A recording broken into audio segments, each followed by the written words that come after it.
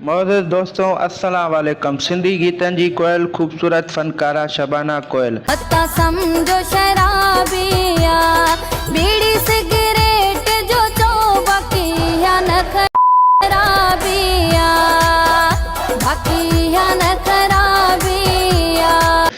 दिलकश दिलफ़रेब फनकारा शबाना कोयल केर ऐं किथां जी आहे? छा वाकई शबाना कोयल ऐं मुनवर मौलाई पाण में शादी कई आहे? शबाना कोयल खे कंहिं ऐं छो हिरासा कयो? छा वाकई शबाना कोयल फ़ाश फनकारा आहे? छा वाकई शबाना कोयल हिकु राति बुकिंग जा 50,000 रुपया वठंदी आहे? तफ़सीली ॻाल्हि ॿोल करण खां पहिरियां जेकॾहिं अव्हां असांजे यूट्यूब चैनल ते नवां आहियो त असांजे यूट्यूब चैनल खे सब्सक्राइब करे ऐं बेल आइकन खे ऑल करे छॾींदा। हलूं था पंहिंजे मेन टॉपिक जी तरफ़।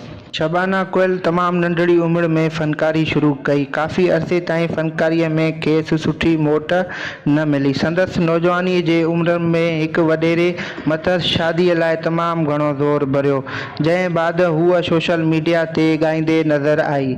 शबाना कोयल लाइ मशहूरु आहे त हिन खुफ़िया तौरु फ़नकार मुमताज़ मुनवर मौलाई सां शादी कई आहे, जंहिं मां खेसि ॿार पिणु आहिनि।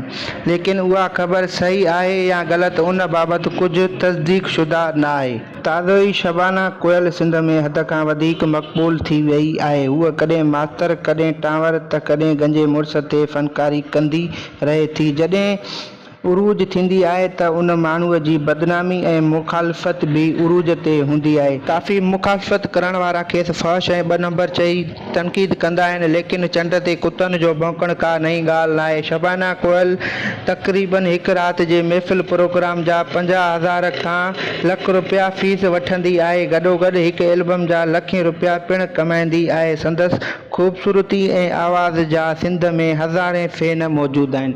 दोस्तों, हीउ वीडियो तव्हांखे कीअं लॻो पंहिंजो कमेंट जो इज़हार ज़रूरु कजो ऐं मिलूं था हिकु नए वीडियो सां गॾु। फ़िलहाल लाइ अल्लाह हाफ़िज़।